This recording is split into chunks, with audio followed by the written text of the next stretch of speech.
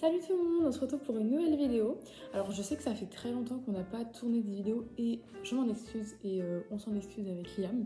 Mais c'est qu'il s'est passé plein de trucs et on a eu plein de galères et il y a eu plein de moments où on avait envie de tout lâcher.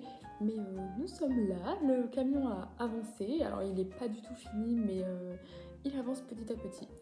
Je voulais m'excuser de la qualité. Je sais pas si vous verrez la différence entre les vidéos d'avant et cette vidéo là parce que j'ai fait une mise à jour sur mon téléphone que je ne voulais pas faire mais que j'avais pas le choix de le faire et qui m'a défoncé ma qualité des vidéos. En fait, le téléphone ne fait plus de focus. Donc tout est flou. Donc je filme avec ma tablette, mais à l'occasion j'aimerais bien m'acheter une petite caméra ou voilà, un truc du genre pour avoir une superbe qualité vidéo. Alors du coup, je suis désolée, j'ai remarqué que dans les deux vidéos, je dis du coup toutes les 30 secondes à peu près. Il faut que j'essaye d'arrêter de dire du coup. Voilà, aujourd'hui on va parler d'isolation. Du coup, avec quoi ça m'énerve. Avec quoi on a isolé le camion et comment on s'y est pris. Alors le camion n'est pas du tout fini d'isoler, mais on a fini une grande partie et c'est pour vous expliquer un petit peu l'avancement de ce qu'on a fait, comment on a fait, et voilà, pour vous donner un petit peu des nouvelles car ça fait très longtemps qu'on n'a pas fait de vidéo.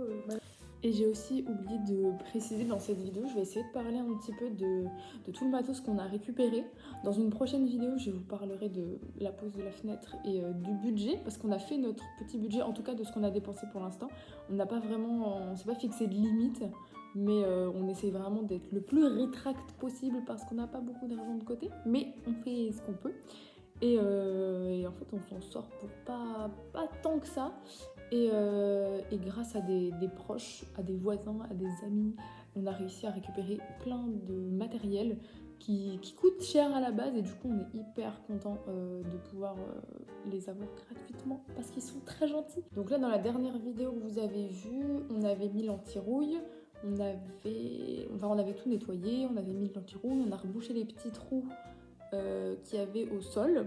Donc la seconde étape qu'on a fait, c'est de coller des tasseaux. Donc en gros, je vous montrerai du coup avec une photo. On a mis des tasseaux, donc là c'était le sol du camion, et on a mis plusieurs tasseaux comme ça sur le long pour pouvoir avoir une base à peu près stable pour fixer le sol par-dessus. Donc on a posé ça. On a collé avec du Sikaflex, mais on s'est rendu compte au fil des semaines que le Sikaflex c'était pas notre meilleur ami pour plein de galères. Je vous expliquerai ça plus tard. Et on a collé les tasseaux. Ensuite, on a mis du liège. Donc, on a découpé des grandes bandes de liège plus ou moins épaisses parce qu'on a acheté 2 épaisseurs, si vous vous souvenez bien, dans la dernière vidéo. Donc, on les a collées au sol entre chaque tasseau. Ce qu'on a fait. Ensuite, on a récupéré de la laine de verre. Donc, en parlant de récup, j'ai acheté, bon cette fois c'est acheté, mais c'est quand même pour pas cher, un rouleau entier de laine de verre et une petite chute de laine de verre sur Le Bon Coin pour 5 €. C'était vraiment top du top. Et ce matin, je suis partie chercher en camion un rouleau entier de laine de verre gratuitement.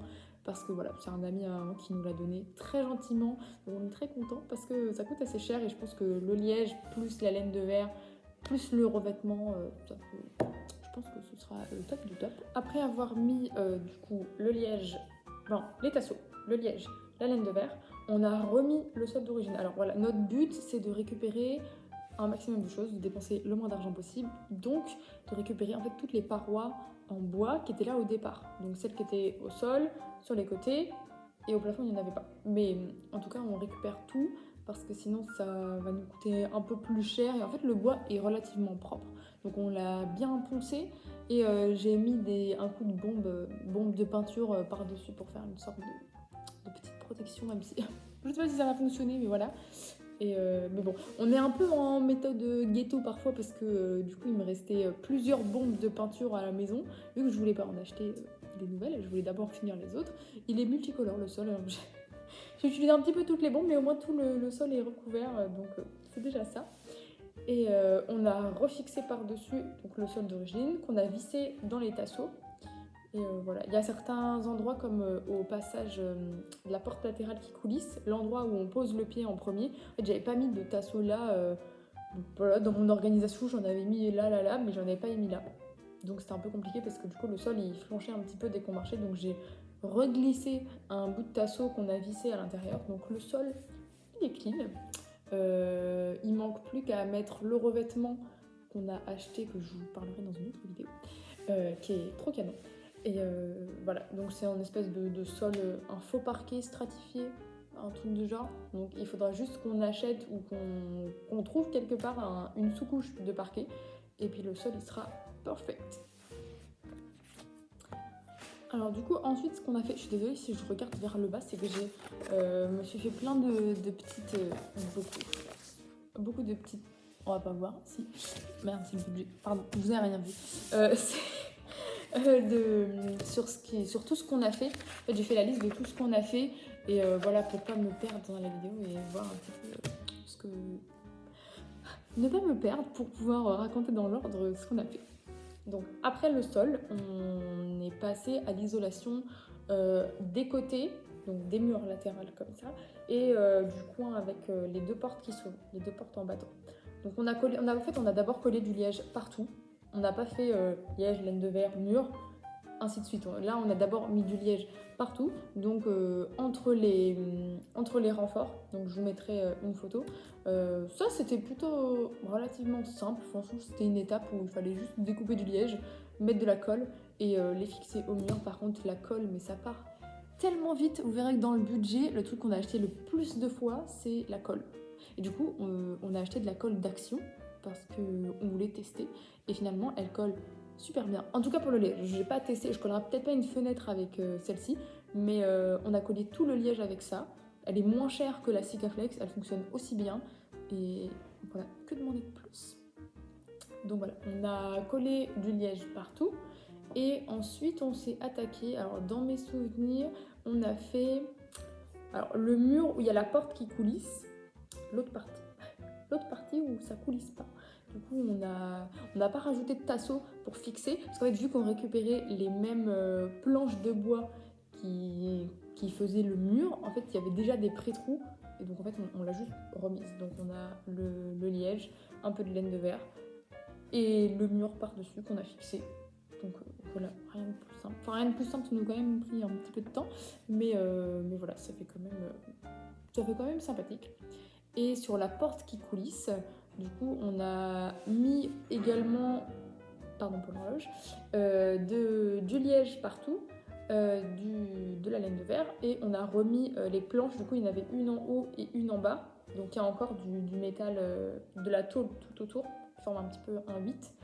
Ça, on verra ça plus tard, mais je pense que quand on aura fini l'isolation de tout le camion, en tout cas liège, laine de verre et plus les murs, on achètera sûrement de la feutrine. J'ai vu qu'il y avait de la feutrine isolante pour mettre en fait sur tous les bouts de métal qui sortent, enfin qui apparaissent, pour éviter la condensation et voilà, éviter qu'on ait trop froid. Au niveau du plafond, on a du coup collé, pareil que le sol en fait, on a collé des tasseaux. On les a collés comme ça plutôt, pour pouvoir ensuite mettre le revêtement du plafond dans l'autre sens pour pouvoir les fixer et mettre entre deux du coup du liège, un peu de laine de verre si possible. Mais ça c'était encore aussi une galère parce que en fait les tasseaux, je crois qu'on en a mis 4 ou 5, je sais plus. Il fallait les coller un jour par un jour. Et que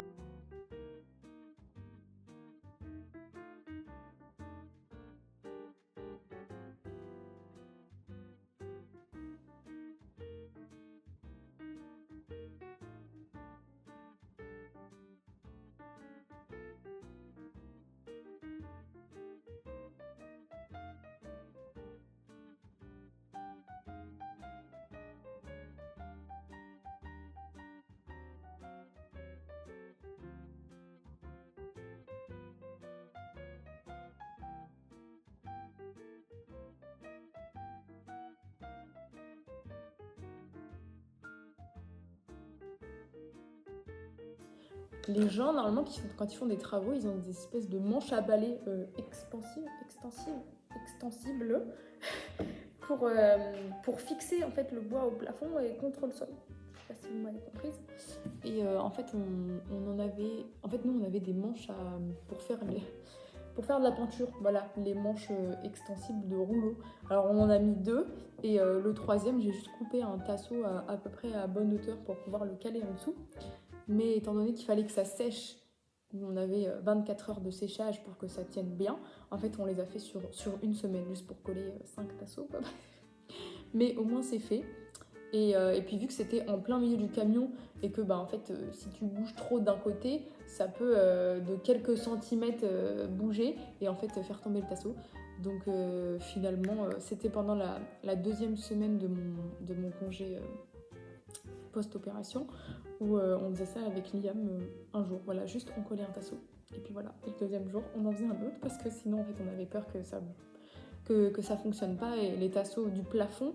Moi, ma plus grande hantise, c'est qu'on colle, enfin qu'on fixe le revêtement sur les tasseaux et que ça me tombe dessus pendant la nuit. Je sais que je suis folle et qu'on m'a dit qu'il y avait peu de risques quand même que ça m'arrive, mais je me dis on fait quand même confiance à des tasseaux qui sont juste collés sur la tôle et on va fixer le reste dessus, donc il faut vraiment que ça tienne bien. Donc tous les jours, dès qu'on enlevait les trucs pour fixer les tasseaux, je demandais à Liam de tirer dessus pour être sûr que ça parte pas et que ça tienne bien, quoi. Parce que c'est important de ne pas mourir d'un sous-sommeil à cause d'un revêtement de plafond qui te tombe dessus.